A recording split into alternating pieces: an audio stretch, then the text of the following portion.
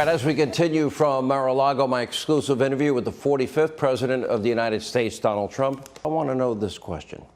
What are your plans to help for 2022? We talked about the House and the states. Are you thinking about running again in 2024? And if so, where are you in that process? We are going to help with the House. I think we have a really good chance. I'm working with everybody, including Kevin McCarthy, on taking back the House. I think we have a really good chance in doing it. Likewise, the Senate's going to be a little bit tougher, but the Senate. So I told you that at least 8 senators would have lost their race. I could name them, but I don't want to embarrass them. But that includes Mitch, who was heading south. He called me up. He said, I need your help. And I'm very popular in Kentucky. I love Kentucky, and they love me. Mm-hmm. And I helped him, and he won by the most he's ever won by. So we are going to help with the Senate, and I think we have a good chance at the Senate. Marco Rubio. I hear Herschel's name mentioned a lot in Georgia. Herschel would. I hear Laura Trump's name mentioned a lot in North Carolina. Sununu in New Hampshire. I think he could win that race. I think so too. Ron Johnson in Wisconsin. Ron Johnson's a great. He's been a great senator. He is a great. He is much more popular than anybody understands. We don't know who's going to run in Ohio, but these are all. We have some good candidates in Ohio. So I think we have a real chance at the Senate. I think we have a really, really good chance. Well, tell me how far are you willing to go? Are you going to travel? Are you going to do speeches? Are you going to do rallies for these candidates? If they need a rally, we'll do a rally. We'll do calls. We'll do all sorts of things. No, we're all in. Alabama is going to be a tremendous win with Mo Brooks. We have a tremendous look. Almost everybody I endorse wins. We had a House seat in Louisiana, a wonderful woman, just happened. Her husband died of COVID. He was Congressman-elect, and Julia, she was fantastic. But a lot of people thought she might not get in the runoff. I endorsed her. She got 65% of the vote. There was no runoff. It's very important that we get the right people, and that means in the Senate, it means in the House, and it also means in governorships, because if you have a good governor. And legislatures, state legislatures. Well, that's so important. The legislatures have. That's where they're going to fix the voting issues. We've had a lot of great legislators. Unfortunately, the courts refuse to listen, even though it's in the Constitution that they have to. The courts have been very, very H.R. 1, I argue, usurps the constitutional authority of state legislatures. Now the big question. Two parts. What do you miss the most about being in the White House, and how seriously are you considering running again in 2024? I miss the most helping people, because I can directly help people. That's why I did it. Look, this has been a very traumatic. I had a great life, great company, great business, no problems. And now all I do is people go after you. It's vicious. It's horrible. But you know what? I love doing it because I help people. And I've helped them more than any president with the cutting of taxes, with the regulations, with right to try. You're proud you know of how all big right to try is? Huge. Where you don't have to travel to all sorts of different continents to try and get something. We have the greatest doctors and the greatest labs.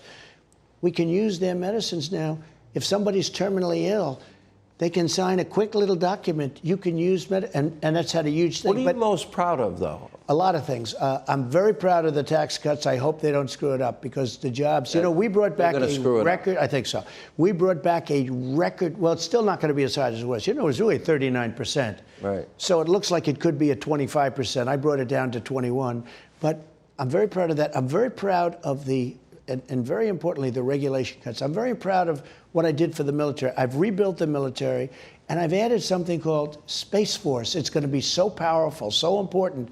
So I've added another, think of it, I've added to the military. It hasn't happened since, I guess, 75 years, since the Air Force. And the economy pre-COVID, Space Force. Record low unemployment. We had the greatest numbers in the history of the world. We had the greatest economy in history. World.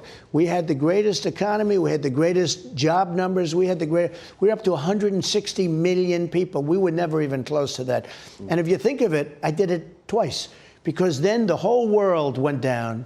We've come back stronger than any other country in the world. They used to hit me with Germany and France and this and that. Well, they're doing terribly right now. They're all locked down. It's a disaster. They're having riots on their streets. This country is coming back strong. And it's very interesting. Places like Florida and Texas, and many others. I mean, I could name many others. I think in almost all cases run by Republicans. I think in all cases, but they've done so well. And you look, I saw the other day Michigan. I would say there's been nothing as close, other than for her husband, who was, had free run of the place. I don't think that there's been any state more locked up than Michigan. Are you running again in 2024? What are the odds? If I were to ask... First of all, it's a long time. The odds, what are the odds? Look, the odds. I got tremendous numbers. Nobody's ever gotten the numbers I got. No sitting presidents come even close. There's more popularity now than there was the day before the election because they see how bad things are at the border. They see what's going on. They see that their guns are going to be gone, their Second Amendment, their taxes are going up, regulations are going through the roof, jobs are going to go out. Well, you see, this is going to take a little while to show. But if they add all these regulations back, the jobs are going to be gone. Your energy independence is going to be gone. So I say this, I am looking at it very seriously. Beyond seriously.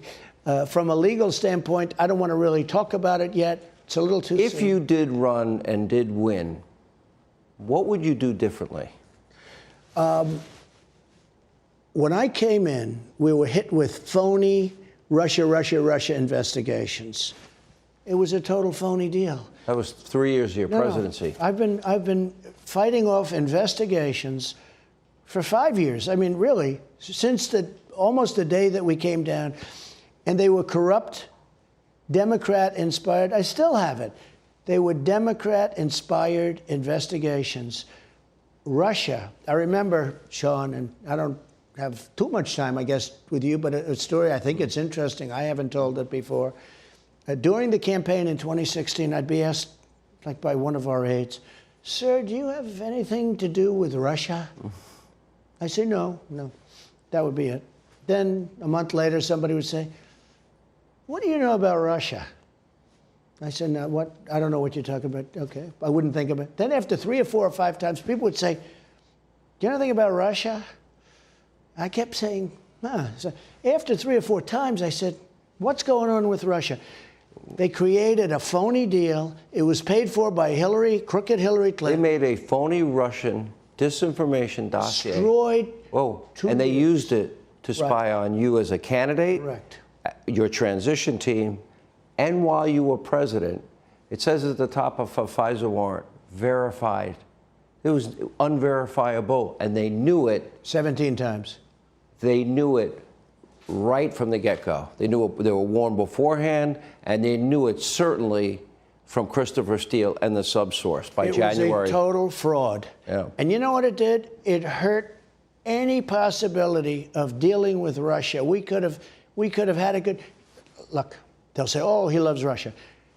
Getting along with Russia is a good thing, not a bad thing. Getting along with China is a good thing. The problem we had with China was COVID, because nobody ever took out so much money from China. If you look at China, I was taking tens of billions of dollars of tariffs from China, and our farmers were doing great. The reason they were doing great was because of the tariffs. I was able to sign a great deal for our farmers. But getting along with these countries, getting along with Kim Jong-un of North Korea. When I came in, President Obama said, and I think this is very public, the biggest problem we have is North Korea. There's going to be a war. There was no war. We got along great. He writes me letters. I like him. He likes me. There's nothing wrong with that. I got along great with President Putin. I liked him. He liked me. That's a good thing, not a bad thing. They made up this phony hoax just recently, which came out 2 days ago, that it was a total phony Russian. It was a big deal in the campaign. No, but you know what it does? It keeps you away from these countries, from dealing economically. We could have made a lot of money. They have great natural resources. We could have made a lot of money and done well in jobs and everything else. Getting along with Russia is a good thing. Getting along with these countries is a good thing, not a bad thing. If I were going to bet, there's probably a lineup now. It sounds like you're running. It sounds like you haven't lost any engagement. You've been very generous with your time. Thank you very much. Mr. President, thank you. Thank you. All right. And thank all of you for taking the time to be with us.